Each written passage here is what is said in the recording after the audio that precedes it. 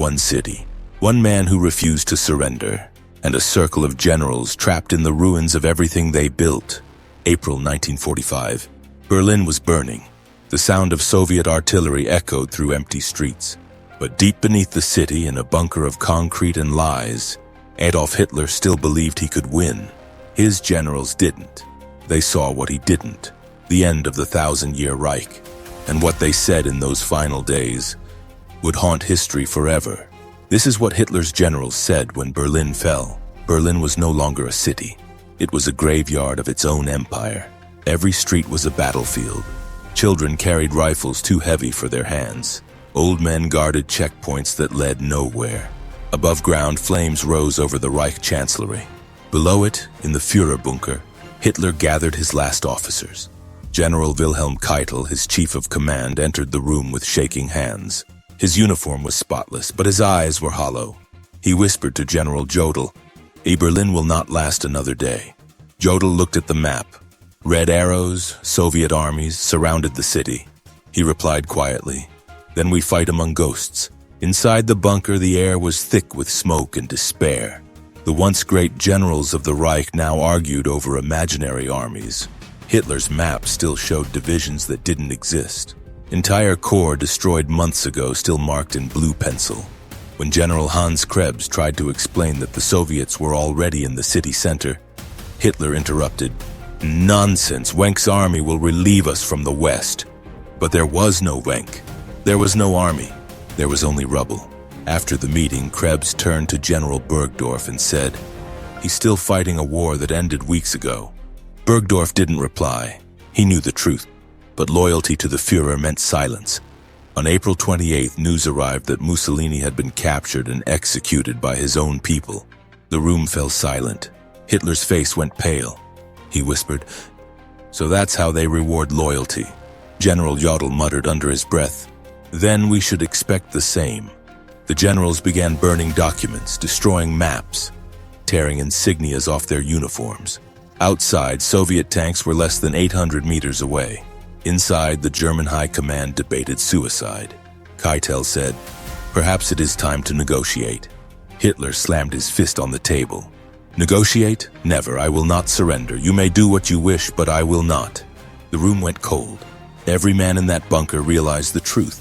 The war was over, but the Führer would rather die than admit it. That night, a few officers gathered in a side room. There were no speeches, no orders, just quiet confessions. General Krebs poured a small glass of schnapps and said softly, "We were loyal, not wise." Jodl replied, "The loyalty was our excuse, now it's our prison." For the first time, these men, once the architects of war, spoke like defeated soldiers. They knew history would curse them, but they no longer feared judgment. Only the sound of Soviet guns growing louder. April 30th, 1945. The walls of the bunker shook from constant shelling. Dust fell from the ceiling as the Red Army closed in. Hitler gathered his inner circle one last time. He thanked them for their service. Then he gave them permission to leave or to die with him. General Burgdorf stood and said, "I will stay, my Führer. My life belongs to you." Others stayed silent. No one dared speak the truth, that the war had been lost for months. At 3:30 p.m., the sound of a gunshot echoed through the bunker. Hitler was dead. Eva Braun lay beside him, poisoned. When the door opened, no one spoke. No one cried. Only Burgdorf whispered, "It is done," Krebs said quietly. "Then Germany has no leader and no future." Above them, Berlin finally collapsed. Soviet troops flooded the streets, capturing every block.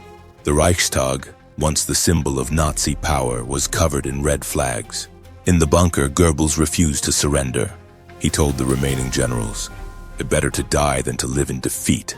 He killed his own children, then himself. General Krebs tried one last desperate mission, to reach the Soviet command. He carried a white flag and a message for surrender. But when he met the Soviet general Vasily Chuikov, the answer was clear. Unconditional surrender, nothing else. Krebs returned and said simply, "It is over." That night he shot himself.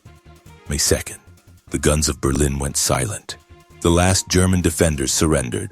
When Soviet troops entered the bunker, they found burnt documents, shattered phones, and empty rooms. No one had escaped. The Führer's empire had died underground. Among the captured generals outside Berlin, the disbelief was the same. One officer told his captors, "We thought he would save us until the end. We were wrong. He destroyed us instead." Months later, the surviving generals faced judgment at Nuremberg. Their confident voices were gone, replaced by hesitation and guilt. Keitel, once proud and loyal, now confessed, "I obeyed without question, that was my crime." Jodl said, "We worshipped a man instead of a country." Each was sentenced, not just for their orders, but for their silence. The silence that began in that bunker when truth might have changed history. Berlin lay in ruins for years. Families searched for bodies beneath the rubble. The city that had once echoed with Hitler's speeches now whispered only ghosts. And those generals, the ones who lived, never spoke freely again. One of them, before his death, wrote in his diary, "We were the last to see the truth and the first to deny it." What did Hitler's generals truly say when Berlin fell? They didn't shout. They didn't resist. "This," they whispered. They spoke of failure, of blindness, of a loyalty that turned into a curse. For years, they had believed they were building a new world, but in the end, they had only buried the old one. And when Berlin fell, so did their illusions. The Reich they swore would last 1,000 years was gone in 12. In those final hours, Hitler's generals finally saw what he never could. That power built on lies will always collapse. That loyalty without truth leads only to ruin. And that sometimes, the loudest sound in history is silence.